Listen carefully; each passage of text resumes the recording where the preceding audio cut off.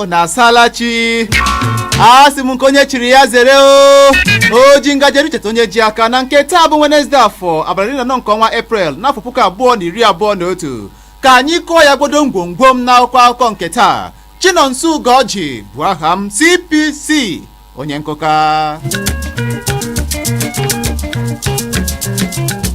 Na mbụ ka ji Premium Times ebe anyị hụrụ isiokwu ndị a.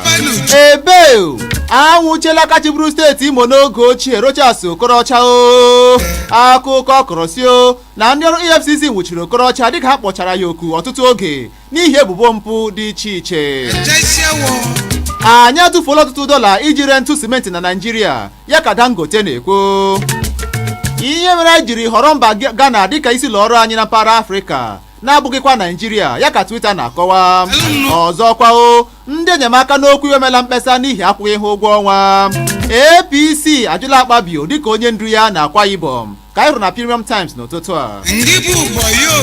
Kpọmkwem na Vanguard ka anyị hụrụ isiokwu ndị a. Ọchịchị steeti Ekiti amawapụtala narị nde naira 250 maka ndị na-ezumike nka ọrụ na steeti ahụ. Maka ọgwụ mgbochi nje okoro, otu ọrụ ahụike mba ụwa agbaala ụmụafọ Naịjirịa ume ka ha gbaa ọgwụ mgbochi. Gọvanọ Diri akpọọla ụlọ nzukọ nnọchiteanya oku banyere atụmatụ iwu Petroleum Industry Bill kwuo na mpaghara Niger Delta chọrọ nzacha na mkpocha. N'ịgadụ na Vanguard ka anyị hụrụ isiokwu ndị a. Anyị achọghị akwa mkpuchi hijab n'ụlọ akwụkwọ ndị nke Kraịst, ya ka otu Kanu na-ekwu. N'ikpeazụ na Vanguard ka anyị hụrụ isiokwu a.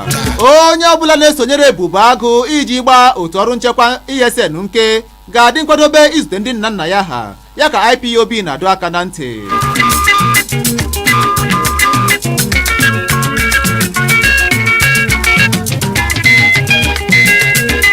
Na The Nations ka anyị hụrụ isiokwu ndị a. Ndị gọvanọ ekwela nkwa inye ngalaba okwu ikpe na ngalaba okwu iwu mkpụrụ na nkeonwe n'ụzọ ego. Ebe mmadụ 5 anwụọla n'ihi ndọrọndọrọ oku ala n'etiti Gombe na Adamawa. Lekwa mmeri megide ọnọdụ enweghị nchekwa, ya ka Adeboye nyere mmasị obi ike. Ebe ọtụtụ mmadụ enwetala ihe mmerụ ahụ dịka enwere mgbawa mmanụ gaasị na steeti Lagos.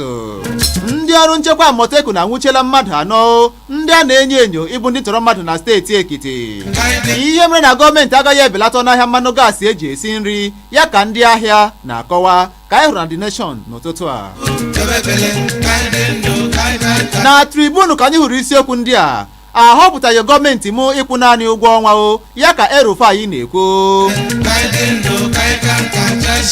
Sultan ekwupụtala ụnyaahụ dịka ụbọchị mmalite ọnwa nsọ Ramadan 2023 PDP ga-ewere steeti Ebonyi na ntụliaka elu na-abịa abịa, ya ka onye isi oche ndị otu ahụ na-etu n'ọnụ. Ndị gọvanọ azọpụla njem iji kwụsị ọbụbụ ọrụ nke ndị ọrụ na ngalaba okwu ikpe bagidere dịka ha hiwere ọgbakọ ha. Gọọmenti Bauchi ga-akpọghachite ndị na-agba akwụla na steeti ha dị iche iche. Chai, ụlọ nzukọ sineti eyigharịala nnọkọ ha n'ihi ọnwụ ndị omeiwu mmadụ 2, ka anyị hụrụ na Tribune n'ụtụtụ a.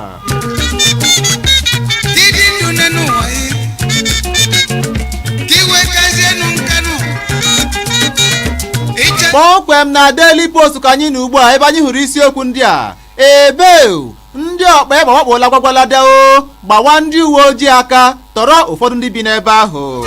Ịnụbekwe ndị ọkpa egbe mekpaala ya ọzọ, ndị ọkpa egbe mekwala ya ọzọ na Ibadan tọrọ onye soja nwaanyị na mmadụ 2 ndị ọzọ rie mbọmbọ maka ịzụbata ngwa ọgụ. Ndị nyefere m ọrụ n'aka mara karịa, ya ka onye isi ndị agha ala anya Tahiru na-ekwu.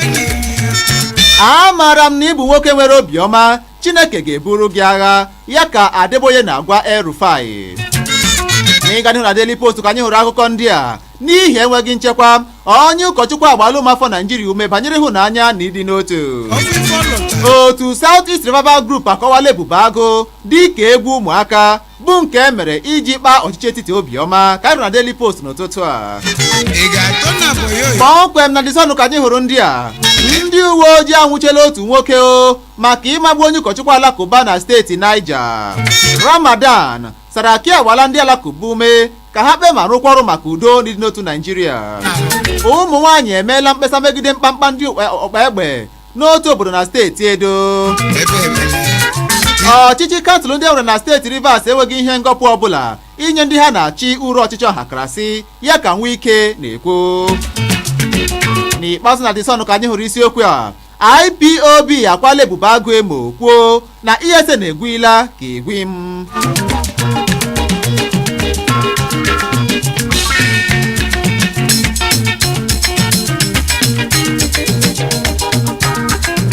Na New Telegraph ka anyị hụrụ isiokwu a, anyị amaghịkwa banyere akwụkwọ ego ndị ọhụrụ ruru ijeri naira 60 ebipụtara ya ka ụlọ ọba ego CBN na ministri okwu ego ala anyị na-agọ n'agụgọ.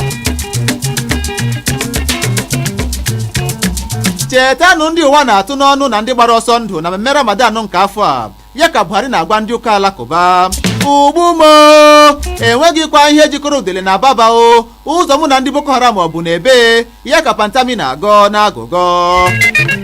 Etu ọ dị na mba abụghịkwa etu ọ dị ugbu a o, mpaghara ndịda abụghịkwa nwa enwe nne ahụ ọ bụ n'afọ 1966 ya ka Fenifere na-ekwu.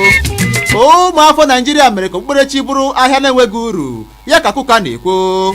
N'ikpeazụ na New Telegraph anyị hụrụ isiokwu a, Jonathan akpọọla oku ka enyochagharịa usoro ntụliaka elu ala anyị, ka anyị hụrụ na New Telegraph n'ụtụtụ a.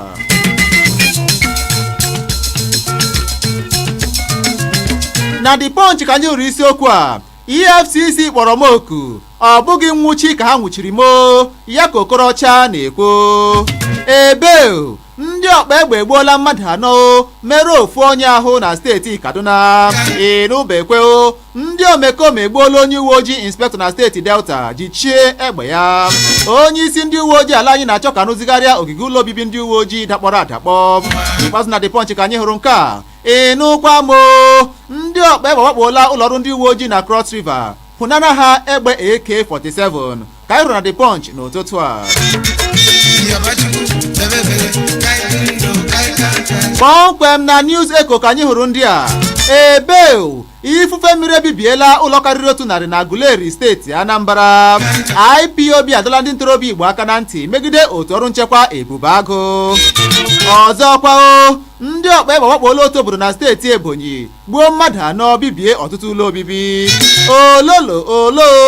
Ụlọ ọrụ EFCC achịlara nnu na apa Okorocha ndị gọvanọ ala Igbo ha ọ bụ nkịta na-agba ụja na-adịghị ata arụ. Ị na-ajụ m, jụọ akwụkwọ akụkọ News Echo n'ụtụtụ a. N'ihi ịfanye aka n'ụkwụ, ọchịchị ala anyị n'otu asụ ga-ezute n'ụbọchị Tọzdee. A gbaala ọchịchị ala anyị ume ka ọ na-akwado mahadum ndị nke Kraịst inwe n'ala anyị, ka anyị hụrụ na News Echo n'ụtụtụ a. Ọ dị mma ndị ọma, anyị ga-awụsị ya n'ebe a n'ihe ọma anyị bụ n'akwa akọ nketa n'oge na-adịghị anya. Anyị ga-eme ka ịmara isiokwu anyị na nketa n'ihe ọma anyị bụ Igbo Ezukoo. Nọrọkwa n'ebe ahụ na-ege ntị na redio Ọhaneze Darlin 107.3 FM Owerri. Chinonso Ugorji bụ aha m, CPC onye nkụka. Nọrọkwa n'ebe ahụ ma na-ege ntị. Ihe dị mma n'anya gbara ndụ, onye ihe ọma na-adị mma bịa nara anyị aka. Darling FM 107.3 Owerri bụ ebe a nọ. Hapụ redio gị ebe ahụ.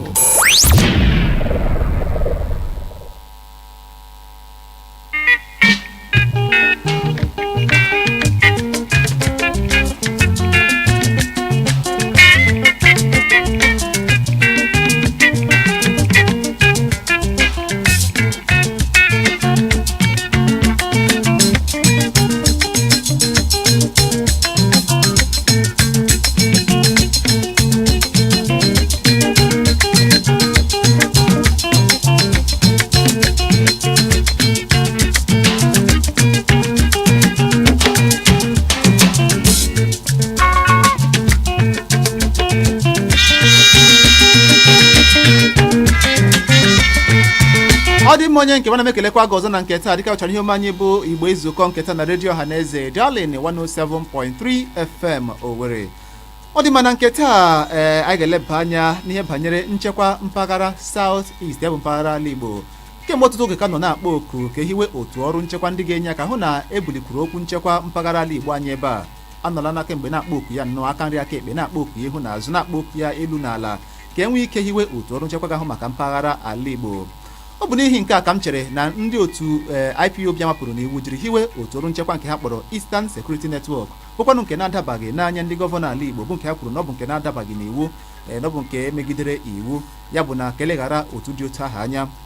mana na nso nso a ka ndị gọvanọ ala Igbo bịaziri kpọọ ọgbakọ kpọmkwem n'Owerri ebe a n'ụbọchị Sọnde wee hiwe otu ọrụ nchekwa kpọrọ Ebube Agụ bụ nke ha kwuru ga-echekwa mpaghara ala Igbo pụọ n'aka ndị mwakpo nakwa ndị na-ebibi ngwongwo na akụnụba. Mana ka ọ dị ọtụtụ otu adọrọla na-akatọ ya bụ ihe omume bụ nke ndị gọvanọ ala Igbo mere kpọmkwem n'ụbọchị Sọnde wee na-akọwa ya nnọọ wee na-ekwu otu okwu nkwutọ maọbụ nke ọzọ megide ya bụ otu ọrụ nchekwa Ebube Agụ.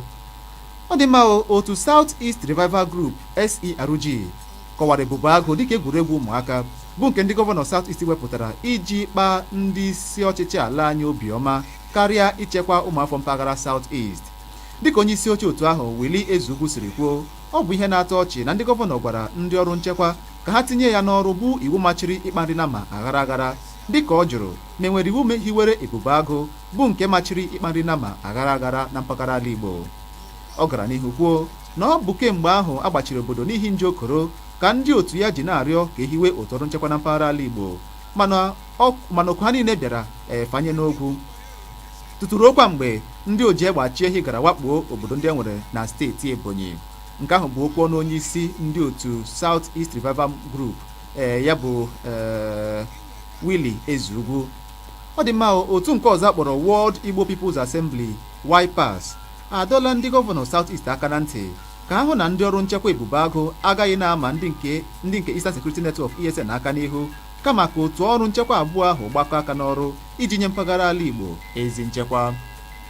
N'aka nke ọzọ, otu Igbo National Council INC ekwuola okwu megide nkepụta otu ọrụ nchekwa Ebube Agụ bụ nke ndị gọvanọ ala Igbo hiwere na nso nso a. Dịka onye isi oche ndị otu ahụ Chilos Godsent siri kwuo, ọ bụ nke na-adabaghị adaba na ndị gọvanọ ala Igbo ga-akpọ ọgbakọ dị oke mkpa dịka nke ejiri hiwe otu ọrụ nchekwa Ebube Agụ na-ebughị ụzọ kpọtụrụ ndị ọkwa ha dị elu, tinyekwara ndị uwe ojii nọ n'ọrụ, ndị nke lara ezumike nka ọrụ nakwa otu ndị na-akpọ oku maka mkpụrụ na nke onwe, tinyekwara ụmụafọ Igbo ndị ọzọ nwere aka oke. Ndị otu ahụ dọrọ aka na ntị nye ndị gọvanọ South East ka ha gharakwa imebi aha ndị ọrụ nchekwa nke ndị otu ahụ akpọrọ Operation Ije Agụ bụ ndị nọ n'ọrụ kemgbe n'ala Igbo gba gburugburu. Ndị otu ahụ gara n'ihu kwuo na akụrụngwa si na ndị gọvanọ ga-enye ndị ọrụ nche enweghị ihe ọzọ bụ karịa kwa itinye ya n'ọrụ bụ usoro nchekwa nke ndị Fulani na Mieti ala na mpaghara ala Igbo. Nke ahụ bụ okwu ọnụ ndị otu Igbo National Council. Abịa n'aka nke ha, ndị otu IPOB ya bụ ndị nke mapụrụ n'iwu n'ala anyị n'oge na-adịchabeghị anya, ha akọwala hiwere otu ọrụ nchekwa Ebube Agụ dịka mmadụ ịkwa aka tiere ọkụkọ akị, kwuo na ebughị ụzọ kpọkọta ndị ga-anọ n'otu ahụ ma kwara ha ngwa ọgụ tutu a na-ehiwe ya. Dịka ha kwuru na ndị otu Amotekun n'oge a na-ehiwe ndị nke ha buru ụzọ hazicha n'onwe ha nke ọma, ha gara nnọọ kpọọ ndị ga-anọ n'otu ahụ werecha ndị mmadụ n'ọrụ tutu a na-enwezi ike kwupụta otu ahụ dịka nke hiwere na mpaghara ala Yoruba. Mana ọ dịghị otu ahụ n'ala Igbo ka ọ dị taa, n'ihi na ndị eburu ụzọ kwupụta otu ọrụ nchekwa Ebube Agụ tupu ha na-enwezi ike bịazie na-ewe ndị ọrụ, mana ka ọ dị enwebeghị nye onye ọbụla were n'ọrụ na ya bụ otu ya bụ ya ka ndị otu IPOB ji na-akatọ ya bụ akparamagwa. Ọ dị mma, ha gara n'ihu kwuo n'otu ozi onye akwụkwọ mgbasa ozi ha zipụrụ ya bụ Imapawafụ ọ nọ n'ebe ahụ kwuo na ọ baghị uru ihiwe otu ọrụ nchekwa ọzọ na mpaghara ala Igbo, dịka ọ dọrọ aka na ntị kwuo na onye ọbụla na-abanye n'otu ọrụ nchekwa Ebube Agụ iji gbaa ESN nke ga-adị nkwadobe ịlakoro ndị nna nna ya ha. Ọ dị mma ịnụla ya n'ọnụ IPOB, n'okwu ya n'ọnụ INC, n'okwu ya n'ọnụ YPAS nakwa otu akpọrọ SERG bụcha otu ụmụafọ Igbo n'otu n'otu bụ ndị na-ekwu okwu kwutọọ otu ọrụ nchekwa Ebube Agụ wee na-ekwu otu ihe maọbụ nke ọzọ megide ya. Ya mere taa anyị na-ajụ ajụjụ dabere n'okwu nkatọ nakwa okwu nkwutọ ndị a niile, ị chere na otu ọrụ nchekwa Ebube Agụ nwere ike ịnya ndụ n'ala Igbo? N'echiche obi gị, kedu ka ị si na-ahụta ọdịnihu ndị Igbo dịka o siri metụta nchekwa mpaghara South East? 08150501073 bụ akara ekwentị anyị maọbụ n'akara Facebook anyị Darling FM Owerri. Anyị hụzighị ebe ahụ, anyị agụpụta ya ebe a na-egbughị oge. N'ihi okwu nkatọ na okwu nkwutọ ndị a niile, ọ dịghị nnọọ ka otu ọrụ nchekwa Ebube Agụ nwere ike ịnya ndụ? Ọzọ abụrụ, n'echiche obi gị, kedu ka ị si na-ahụta ọdịnihu ndị Igbo dịka o siri metụta nchekwa mpaghara South East n'ihi okwu nkwutọ ndị a niile na-ekwu megide Ebube Agụ n'ụbọchị taa? 081 50 50 1073 maọbụ n'akara Facebook anyị Darling FM Owerri. Anyị hụzi gị n'ebe ahụ ụmụnna anyị agụpụta ya ebe a na-egbughị oge ọbụla n'ihe ọma anyị bụ Igbo Ezukoo nke taa.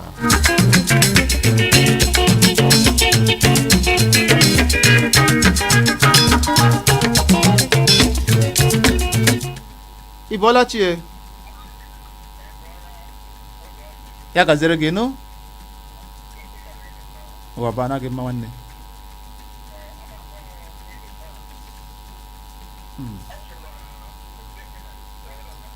Obibi eze na ya gazere gị nụ.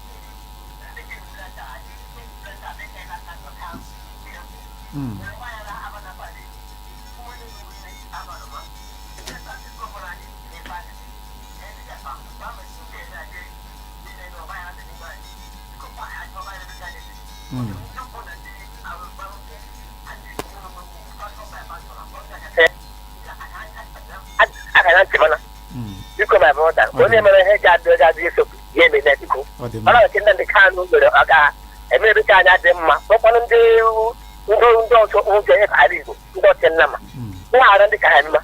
The Mama show. My brother, when you have the Adema, Arigo told you again. I can bomb the platform. Thank you. Yagazere no one names to be president. Kunyo Blamaranko, Gamage, Nalibo, Kakuruma, Yagani, who may, and Nihina, actually is in Jaqua de Codri, no ga. 081 50 50 1073. Ebola chie. Ebola chie. One yaga zerege no Abraham. Welcome and there. Abraham Shumo Moko ni say ide. Isn't it them disabola? Ndewo. Nisho buke ni show to. Bubago. Na wepotara. Ade kwa mani no dele aina boku. Se kande governor shimpara. Ebe ka dị wef ake n'ihi na ndị ka enwere amụtiku ndị awụsa ndị ka enwe cheke kafata ndị ka ọzọ enweke mana ụjọ m n'ebe ọ nọ zigbu ọwụ n'ihi na mgbe ọ na-anwụrụ ọkụ hịọwa o nwere ebe shiwere nga ahụ ụfọdụ ndị a na-ekwule so o nwere ndị chi mpaghara ugwu si ihe ka ndị na ESN nwee ike bulata onwe nke na-agaghị adịkwane mma. So ya bụrụ ma ebubo akụ ga-arụ ọrụ n'ụzọ kwesịrị ka ha rụọ ichekwa anyị site n'ime mmụọ na eziokwu ọ wee wekọ development ọ dị mma kama ụjọ ngwụ he na ESN agaghị ihe bịa mere na bịa mebiri belatawa onwe ihe ọda aka nke wee uche ngwụ ka Chineke mee ka ha abụọ rụkọ ọrụ iji wetara anyị ihe dị mma. Nchekwa anyị n'ala Igbo kweli is nothing to write home about. Ụjọ ji onye ọbụla so onye mere ahụ agaghị ime onye ọ na-achịkwa onwe shọt onwe gị chekwa onwe gị echekwa onwe m ndezọ ha chekwa onwe ya gazere gị Abraham bụ amara gị mma ị na-akpọ ka nke ghara ịbụ ihe ga-ebute nkewa n'etiti ndị Igbo gbaa gburugburu n'ihi ESN nakwa ebubo agụ ka gbapụzie n'aka ahịa ka ọ dị ugbu a. 107.3 Darling FM, the People's Radio. Please, sir, how do I get to Retire Well Crescent? It's easy. Just go straight on longitude 155. Take a 360-degree turn, then traverse on the trajectory. And bam, you enter the streets. You can't miss it. At Stambik IBTC Pension Managers, we believe that preparing for the future should be easy. Email switch to pensionsolution@stambicibtc.com and let our experienced managers help you get started. Stambik IBTC Pension Managers, a member of Standard Bank Group.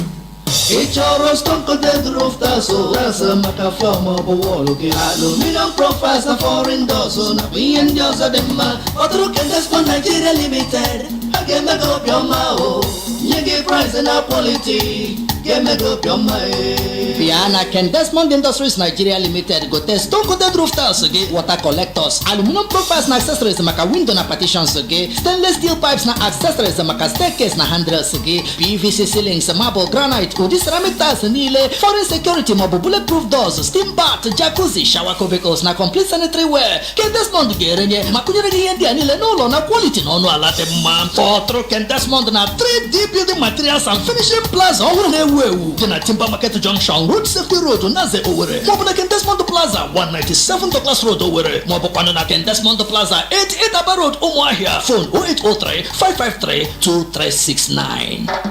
To all the customers around the globe. Chief, how come your electricals and electronics are so durable and effective? Ever heard of AO Emaco Plaza? AO Emaco Plaza, 58 Ihuba Street by Tetlo Road Owerri, is the place for the electricals and electronics.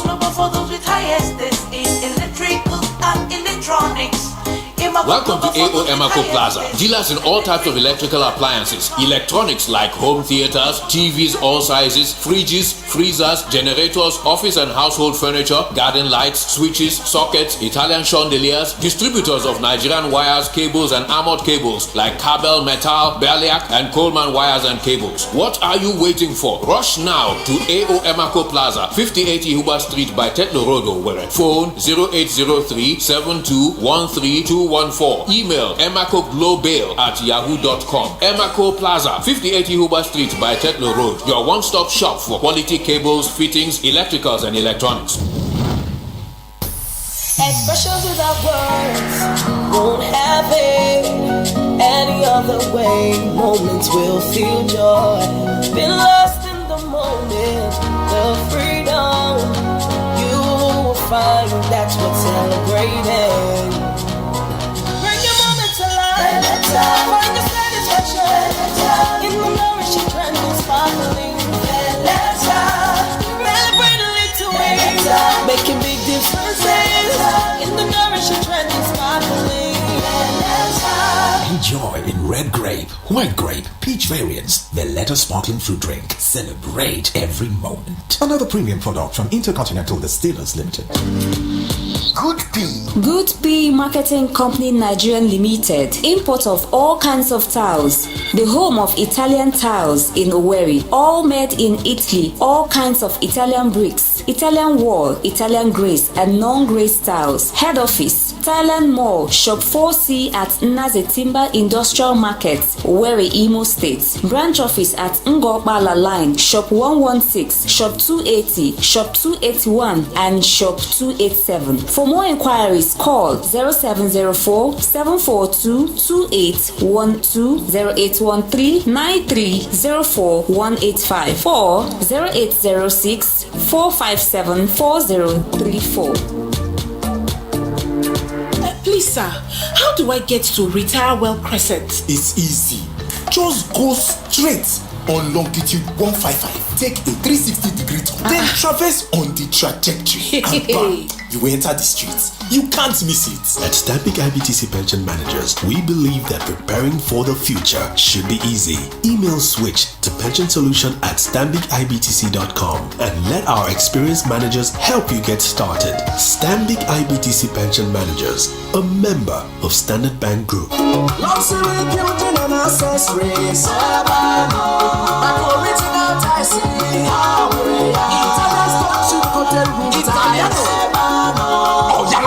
Luxury Building and Accessories Limited. Ebrula Patano Bodanyo.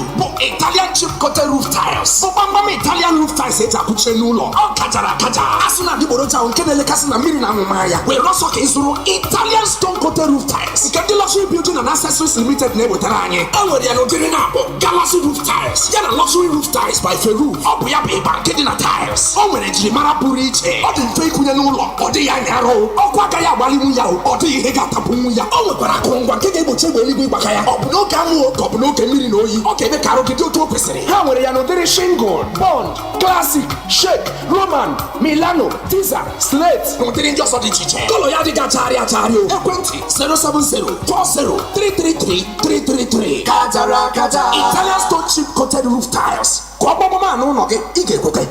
you heard? Returns Market Investment Nigeria Limited have diversified into building a cooperative society with a brand name, Returns Market Multipurpose Cooperative Society Limited, which has given its members opportunity to monthly 10% dividend of their share capital. That is, members enjoy share dividend on monthly basis where funds are placed on various profitable sectors like logistics and transports, financial markets, real estate, industrial productions, and so much more. All registered members of Returns Market Cooperative have duly received their 10% dividend monthly for the past 4 years and still counting without stories. For more inquiries on how to become a member of our cooperative, you can contact our office today, Greenwich Mall, number 3, Umez Eronini Street, along Ikenebu Girls Secondary School, Owerri, Imo State. Call us now on 0702-521-1290 or visit our website at www.returnsmarketcooperative.com. Choose financial freedom. Choose Returns Market Multipurpose Cooperative Society Limited. 107.3 Darling FM. The People's Radio.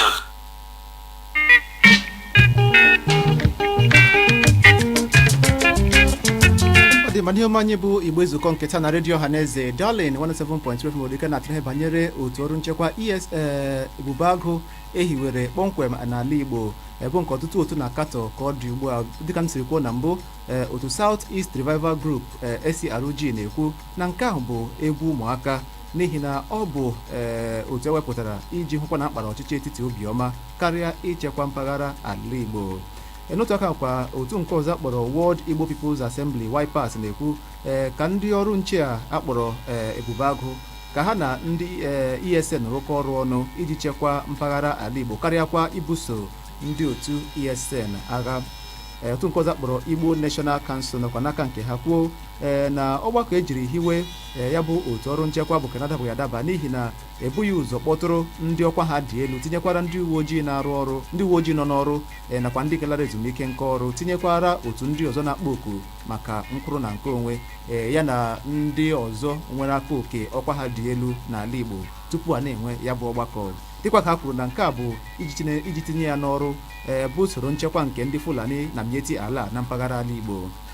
Otu IPOB akwụghịkwa ọnụ na nke ha maka na ha kwuru okwu si na otu ọrụ nchekwa ebube agụ bụ n'ọdị nnọọ ka Ngamadụ kwọchara aka tiere ọkụkọ akị n'ihi na ebughị ụzọ kpọkọta ndị ga nọ na ya bụ otu tupu enwee ike hiwe ya dịka otu. Ha nọkwara n'ebe ahụ yi egwu na onye ọbụla na-abanye n'otu otu ọrụ nchekwa ebube agụ iji gba ndị ọrụ ESN nke ga-alakụrụ chi ya ma ya kpachaghị anya. Ọ dị mma dabere n'okwu nkatọ ndị a niile nakwa okwu nkwutọ ndị a ichere na otu ọrụ nchekwa ebube agụ nwere ike ịnya ndụ na mpaghara ala Igbo. N'echiche obi gị, kedu ka ị siri hụta ọdịnihu ala Igbo dịka o siri metụta nchekwa mpaghara South East? 08150501073 maọbụ n'akara Facebook anyị Darling FM Owerri. Anyị hụzi gị n'ebe ahụ ụmụnna anyị agụpụta ya n'ebe a na-egbughị oge. Ọ dị maka ọ dị ugbo eji m nke gị n'akara Facebook anyị Joseph Mario Oguzie isi umehizie umekwune ngọkpala debata ozi gị isi na ndị Igbo kwesịrị ijikọta onwe ha ọnụ iji nye mpaghara ala Igbo nchekwa tọrọ atọ.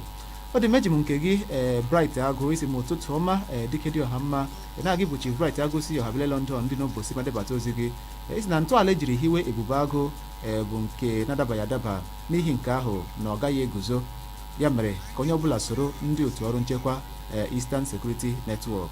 Ọ dị mma Chijioke Zenith Duru ị na-ekwu isi m ụtụtụ ọma CPC na aha gị bụ Chijioke Duru Chijioke n'isi ụmụgoma debata ozi gị na ebube agụ bụ ụkwa dara n'oge ya ka ha gbakọ aka n'ọrụ ha na ndị otu ESN iji hiwe otu ọrụ nchekwa na-agaghị enwe mgbagha n'ala Igbo n'ihi na agbakọ aka ọnụ nyoma mmiri ya agba ọfụfụ. Ọ dị mma isi ndụ ogologo Darling FM ya dazere gị n'Chijioke Zenith Duru nke ị ka nji ugbu a Injinia Frank Uju Ebelebe isi aga bụ Injinia Frank Uju Ebelebe isi ama Awụsa Douglas debata ozi gị na ihiwe otu ọrụ nchekwa ebube agụ abụghị dị ya bụ nsogbu anyị kama na ọ bụ ịkwụghị ụgwọ ọnwa ha kwa ọnwa bụ ya bụ bikoko. Ọ dị mma n'ihi na ndị gọvanọ mpaghara ala Igbo bụ ndị a maara nke ọma n'iji ụgwọ.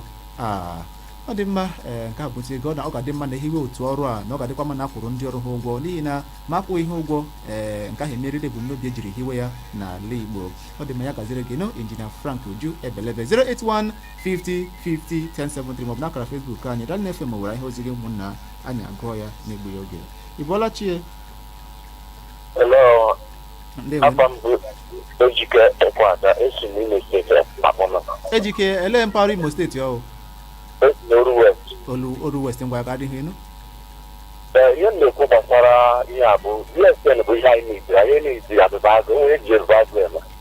So ọ bụ ihe anyị na-ediri na practice ya. So ọ bụla ka ọ ha n'ọrụ. Thank you. Ngwa na ya gazie. Ị na-ekwu na ị chọghị ebube agụ na ị chọrọ ESN mana e nwekwara otu ga-esi hazie ọ bụ na agbakọ aka ọnụ hazie otu ọrụ nchekwa ebube agụ. Echekwara m na ọ ga-enye aka n'ichekwa anyị n'ebe ọ dị ukwuu n'ihi na dịka o siri dị nke a bụ nke a nabatara n'iwu karịakwa nke ESN ahụ bụ nke ndị otu IPOB amapụrụ n'iwu hiwere mana ka ọ dị ekara nagodi okwe ekwentị unu 081 50 50 1073 bụ akara ekwentị anyị. Ị bọọla chi?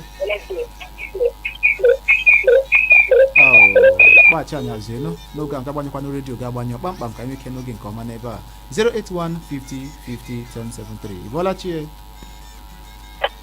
Ị bọọla chi? Dike dị ọha mma n'ọtụ Ugorji. Ya gaziri gị nụ Chief. Ị bọọla chi?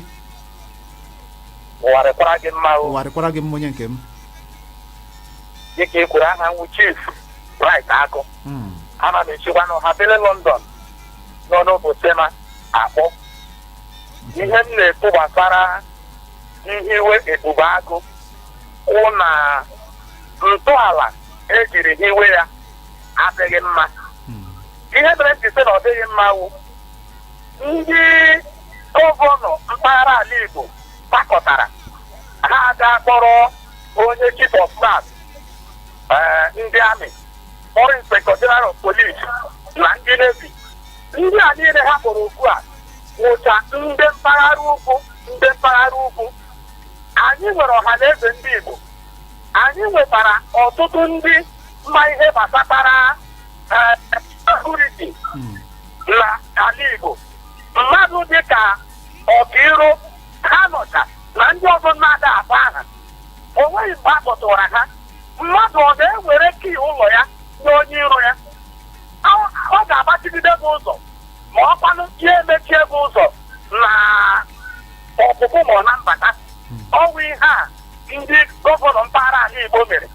Ana m akpọ oku ka anyị kwado Eastern Security Network nke Nnamdi Kanu hiwere. Ndị gọvanọ ndị agba gburugburu Nnamdi Kanu nwere ndị na-eso ya karịcha ha niile. Ọ nwụtọ ha m n'ọnụ. Aha m Chief Bright Agụ. Ọ dị mma Chief Bright Agụ ya gazie. Ị na-akpọ oku ka na ekwesịrị ka akpọtụrụ ndị a bụ ndị mara nke ekwe na-akụ ihe banyere okwu nchekwa dịka anyị siri kwuo bụ maazị lara ezumike nkọrọ n'ụlọ ọrụ ndị uwe ojii n'ihi na ndị a bụ ndị nwere aka oke n'okwu nchekwa ala anyị gbaa gburugburu bụ ndị ekwesịrị ịkpọtụrụ tupu enwe ike na-ehiwe otu ọrụ nchekwa ọbụla na mpaghara ala Igbo iji hụ na ehiwere otu ọrụ nchekwa tọrọ atọ maka nchekwa ụmụafọ Igbo. Ọ dị mma, ya gaziere gị nọ Chief Bright Agụ. Ị bọọla chi? Dike dị ọra mma onye ntika. Ị bọọla chi? Ei, eze ụmụ okorobịa, ya gaziere gị nọ. Nwanne m ọkasị m ụbọchị taa mara gị mma mana ndị Darling FM niile mma n'aha Jizọs. Amen. Makwara gị nụ gị na ezinụlọ gị. Nwanne nwoke biko ọ ezi m okorobịa echi m Abakọrọ ha ji. Abakọrọ ha ji bụ obodo ndị na-achị achị na ndị chịrị achị chụrụ achụ na-enwe ọkụ enwe ụzọ enwe mmiri enwe ihe ga-echeta anyị beti Chineke ga-echeta anyị n'aha Jizọs. Amen. Biko ịhụnanya ihe na-eme ndị Igbo anyị asị m ihe onye mere anyị ihe emeteghị anyị. Ndị ugbo eyi mere kere ya adagbe, ndị ofe mmanụ eyi meke ya adagbe. Ngale enu ka anyị anọ na nga akpọ ebube agụ ndị kecha awụ ebube mụ nke ndị kecha awụ tupu enwe a na-akọta na-ekwutọ ihe gbasara nchekwa ala Igbo. Ọ dị nchekwa ka ebube ihe nọ nso.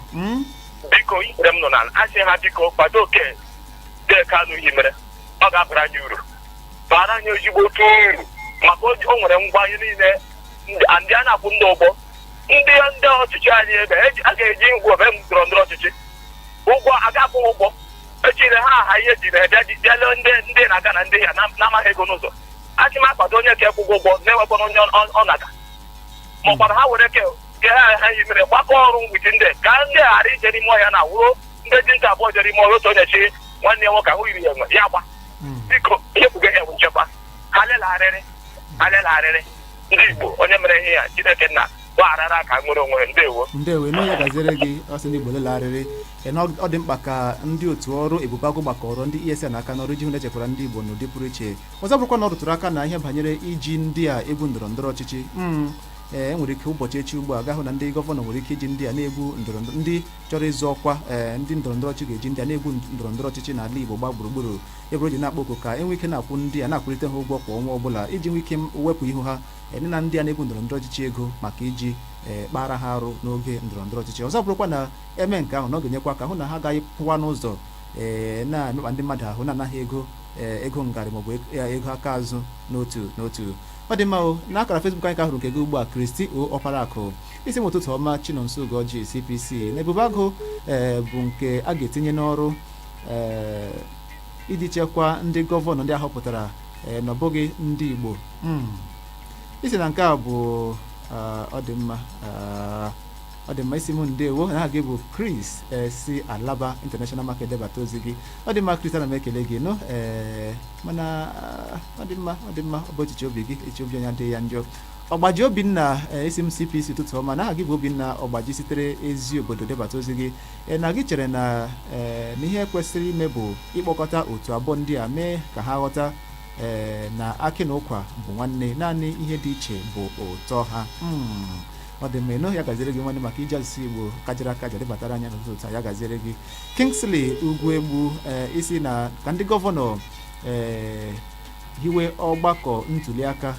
bụ ebe onye ọbụla ga-anọ kwuo echiche obi ya bụkwanụ nke ga-ekpebi otu ọrụ nchekwa nke a chọrọ na ka ndị mmadụ kpebie na ka ọ bụrụ echiche obi ọha na eze bụrụ nke a ga-anabata n'aha gị bụ Kingsley Ugwuegbu si Oburo Ụmụezeọgwa debata ozi gị ya gaziri gị nọ ya gaziri gị isi na ịbụ onye ọchịchị ọhakarasị ya gazie ọ dị ma 08150501073 maọbụ n'akara Facebook anyị Darling FM Owura ihe ozi gị ebe ahụ anyị agụọ ya n'egbughị oge ụtụtụ ọma o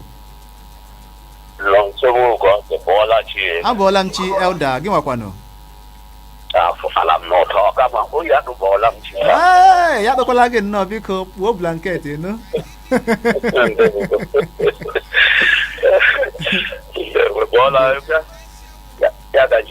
ya gajiela gị n'ochi Elda Elder Matthew Okori esimomukuma na-abụ ogo isi ọchịchị nke Owerri West ehụnahụ m chọrọ iti ga ekelela m ụmụnna anyị ma ndị ekele ma ndị bukere mana na-ahụtache ndị ebuga ha wụcha ọkwụka kama ịrụ onye mechiwa ha mmanụ onye mama emecha ebube ahụ ehi otu mma re mma icheba obodo anyị olee onye mama emecha ya wụrụ ihe ndị achị ga-eji azaba ndọrọ ọchịchị nke ịgbanwe ọrụ ọjọọ ọrụ ọjọọ onye ma onye mama isi ele nnukwu ise sekuriti netwọk onye mama owuwe ya kacha mma ị ga-asọpụta anyị nye n'anya ka mana mmadụ na-ekwu okwu echi gara aga ọrịa nke na Hot FM egwere mmasị ndị Yoruba ihe mee ka ha mefụta ndị South West ịnọ ha mega meeting mechaa kwekọrịta Obasanjo na Washington ha ndị nri ahụ ọkụ mmanụ ya bajụ ha ewu ọbụla dị mma onye isi ndị polisi iche mba anyị agaghị ekwe ka mme ha chịkwanụ mba a ga-ebe ha ga-awụrịrị amụtụ ọ dị ma chịkọta ya n'elu ka nabata onye ọbịa okwu anyị wuru otu gwa ahụ ukwu ndị Yoruba ji wuru otu eme eke ha ka anyị hafụ ịdị na-eme ke akpọ aka ha ga-akpọ ka ha ke ọrịka ga-eta ụta ya owura n'ụta ya ọrịka ga-egbe bụ owura n'ụta anyị achọkwụ ụdị ahụ biko mapile ya gaziri gị Elda